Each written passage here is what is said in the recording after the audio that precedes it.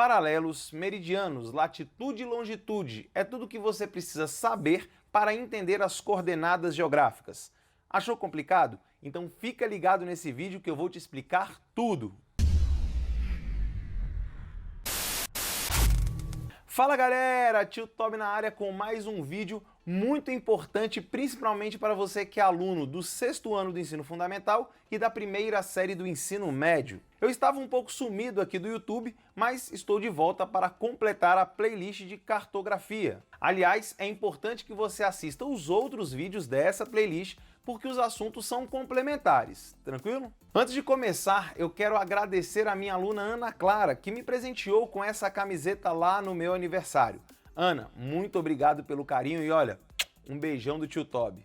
Para entender como funcionam as coordenadas geográficas, antes de mais nada você precisa compreender o que são e para que servem os paralelos e os meridianos. Paralelos e meridianos são linhas imaginárias criadas pelo homem para que possamos nos localizar na superfície terrestre. Você sabe qual é a diferença entre paralelos e meridianos? Os paralelos são linhas horizontais e, como o próprio nome sugere, são paralelas, ou seja, nunca se tocam. Dá uma olhadinha na imagem aqui do lado. Existe um número infinito de paralelos, no entanto, eles variam apenas entre 0 e 90 graus para o hemisfério norte e 0 e 90 graus para o hemisfério sul. Aliás, a divisão do planeta Terra em hemisférios norte e sul deve-se justamente à existência de um paralelo, que no caso é o paralelo principal, ou paralelo de 0 grau, também conhecido como a linha do Equador. Tudo que estiver acima da linha do Equador estará no hemisfério norte, e por sua vez, tudo que estiver abaixo da linha do Equador estará no hemisfério sul. Olha, eu vou te dar uma dica, hein? Professor de geografia adora complicar a sua vida nas provas, então é bem possível que ao invés de utilizar os nomes norte e sul para os hemisférios, ele utilize sinônimos. Então anota aí para que você tire onda na sua prova. O hemisfério norte também pode ser chamado de boreal ou setentrional. Já o hemisfério sul também pode ser chamado de austral ou meridional. Anotou aí a dica do Tio Toby? Então vamos em frente. Os paralelos têm tamanhos diferentes. A linha do Equador, que é o paralelo principal, também é o maior de todos. A partir dele, os paralelos vão diminuindo de tamanho à medida que se aproximam dos polos. Sendo assim, o maior de todos os paralelos é a linha do Equador, e os menores paralelos são os de 90 graus norte e 90 graus sul. Em geral, quando você se refere a um paralelo específico, você fala o ângulo e o hemisfério em que ele se encontra. Exemplo, o paralelo de 28 graus norte ou o paralelo de 17 graus sul e por aí vai. No entanto, entre todos os paralelos existentes, 5 deles têm nomes próprios. São eles: o paralelo de 0 grau, que é a linha do Equador, o Trópico de Câncer, que fica no hemisfério norte, o Trópico de Capricórnio, que fica no hemisfério sul, o Círculo Polar Ártico, que fica próximo ao Polo Norte, e o Círculo Polar Antártico, que fica próximo ao Polo Sul. Conseguiu entender aí o que são os paralelos? Então agora nós vamos para os meridianos. Os meridianos são as linhas verticais e que, diferentemente dos paralelos que nunca se tocam, todos os meridianos se tocam em 2 pontos, no Polo Norte e no Polo Sul. Dá uma olhadinha na imagem aqui do lado. Os meridianos não dão uma volta completa no globo, eles passam apenas pela metade do planeta. Eles são, na realidade, semicírculos que vão de um polo a outro. Por isso, todos os meridianos têm exatamente o mesmo tamanho. Existe um número infinito de meridianos, no entanto, eles variam apenas entre 0 e 180 graus para o hemisfério oeste e 0 e 180 graus para o hemisfério leste. Olha aí, hein? Se liga nessa diferença. Enquanto os paralelos variam de 0 a 90 graus para o hemisfério norte e sul, os meridianos variam de 0 a 180 graus para os hemisférios leste e oeste. O meridiano principal, que é utilizado como referência, é o meridiano de 0 grau, ou Greenwich. O meridiano de Greenwich passou a ser adotado como referência internacional após uma conferência que ocorreu em Washington, capital dos Estados Unidos, no ano de 1884, ou seja, no final do século XIX. O meridiano de Greenwich leva esse nome porque ele passa exatamente pelo Observatório Real de Greenwich, que fica em Londres, justamente em um bairro cujo nome é Greenwich. Ou seja, o bairro dá nome ao observatório, que dá nome ao meridiano. Deu para entender? O meridiano de Greenwich não é importante somente por ser o principal, mas também porque esse meridiano divide o planeta em 2 hemisférios, o hemisfério oeste e o hemisfério leste. Qualquer ponto à direita do meridiano de Greenwich está no hemisfério leste e tudo que estiver à esquerda do meridiano de Greenwich está no hemisfério oeste. Mais uma dica aí do tio Toby, hein? Os hemisférios oeste e leste também podem ser chamados por outros nomes. E é claro que o seu professor vai querer dificultar a sua vida, então anota tudo aí. O hemisfério oeste pode ser chamado de ocidental. Já o hemisfério leste também pode ser chamado de oriental. Anotou tudo? Porque os detalhes fazem toda a diferença na hora da sua avaliação. Agora que você já está fera em paralelos e meridianos, vamos falar das latitudes e das longitudes. Calma, não se assusta não, hein? Que essa é a parte mais fácil do vídeo. Anota aí. As latitudes, para existirem, dependem dos paralelos, já as longitudes dependem dos meridianos. Mas, de fato, qual é a definição de latitude? Latitude é a distância em graus de qualquer ponto da superfície terrestre em relação à linha do Equador. Dá uma olhadinha aí no mapa que eu vou colocar na tela para você. Agora me diz, quais são as latitudes dos pontos A, B, C e D? Faz o seguinte, hein? Dá uma pausa aí no vídeo, anota as latitudes e depois volta aqui para conferir.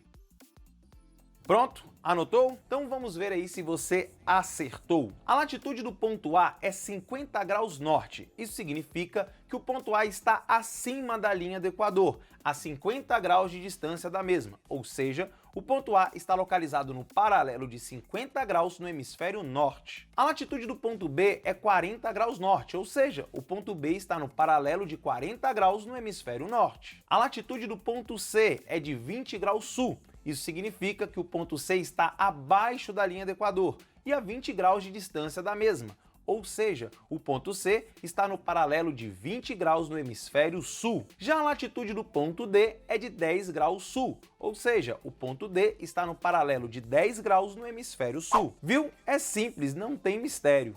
Agora, só falta você saber o que são as longitudes. Longitude é a distância em graus de qualquer ponto da superfície terrestre em relação ao meridiano de Greenwich. Volta aí o mapa para a tela. Agora, observando o mapa, me responda. Quais as longitudes dos pontos A, B, C e D? Novamente, dá uma pausa no vídeo e anota tudo, depois você volta aqui.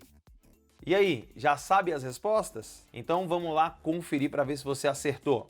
O ponto A está na longitude de 100 graus oeste. Isso significa que o ponto A está à esquerda do meridiano de Greenwich e a 100 graus de distância do mesmo. Ou seja, o ponto A está no meridiano de 100 graus no hemisfério oeste ou ocidental. O ponto B está na longitude de 80 graus leste. Isso significa que o ponto B está à direita do meridiano de Greenwich e a 80 graus de distância do mesmo. Ou seja, o ponto B está no meridiano de 80 graus no hemisfério leste ou oriental. O ponto C está na longitude de 40 graus oeste, ou seja, o ponto C está no meridiano de 40 graus no hemisfério oeste ou ocidental. Já o ponto D está na longitude de 20 graus leste, ou seja, o ponto D está no meridiano de 20 graus no hemisfério leste ou oriental. Muito bem, agora que você já sabe o que são os paralelos, meridianos, latitudes e longitudes, só falta entender o que são as coordenadas geográficas. Bem, é muito simples. Coordenada geográfica é apenas o cruzamento da latitude com a longitude de um determinado ponto da superfície terrestre. Esse cruzamento ocorre em um ponto específico da superfície, permitindo assim a localização com precisão desse ponto. Por convenção, em uma coordenada geográfica, primeiro vem a latitude e depois a longitude. Vamos ver um exemplo aí para facilitar. Volta o mapa para a tela.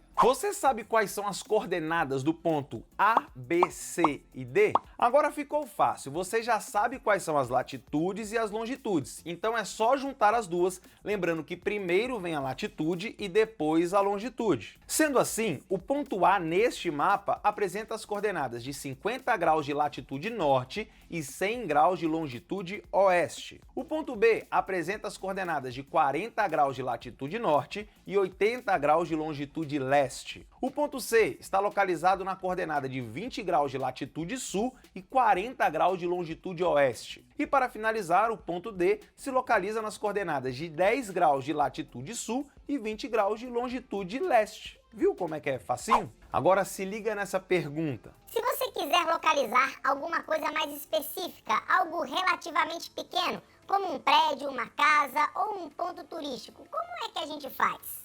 Bem, neste caso você vai continuar utilizando as latitudes e as longitudes, ou seja, a coordenada geográfica. Contudo, além da unidade de medida grau, utilizamos unidades de medidas menores, como os minutos e os segundos. Ei, tio Tobi, agora lascou, já não tô entendendo nada. Fica tranquilo, meu aluno, que eu vou descomplicar tudo para você. Então vai anotando aí. Minutos e segundos são unidades de medidas menores do que o grau. Funciona assim. Pense em uma régua de 1 metro. O metro é uma unidade de medida, não é? Pois bem, se eu quiser dividir esse metro em pedaços menores, qual unidade de medida eu vou usar? No caso, será o centímetro, não é isso? Agora, se eu quiser dividir 1 centímetro em pedaços ainda menores, qual unidade de medida eu vou usar? Neste caso, nós usamos os centímetros, não é isso? É o quê? É claro que não. Quando nós queremos dividir centímetros em pedaços menores, nós utilizamos os milímetros. Que é isso, hein, tio Tobi? Segue o vídeo. Então dizemos que 1 metro é igual a 100 centímetros e 1 centímetro é igual a 10 milímetros. Olha só, hein? Isso é matemática básica, não tem dificuldade. Agora, se ao invés de uma reta nós tivéssemos uma circunferência, como o planeta Terra, por exemplo, aí, ao invés de utilizar as unidades de medida metro, centímetro e milímetro, nós usaremos as unidades grau, minuto e segundo. Sendo assim, podemos dizer que 1 grau é igual a 60 minutos e 1 minuto é igual a 60 segundos. Tio Tobi, esses minutos e segundos são iguais aos do relógio?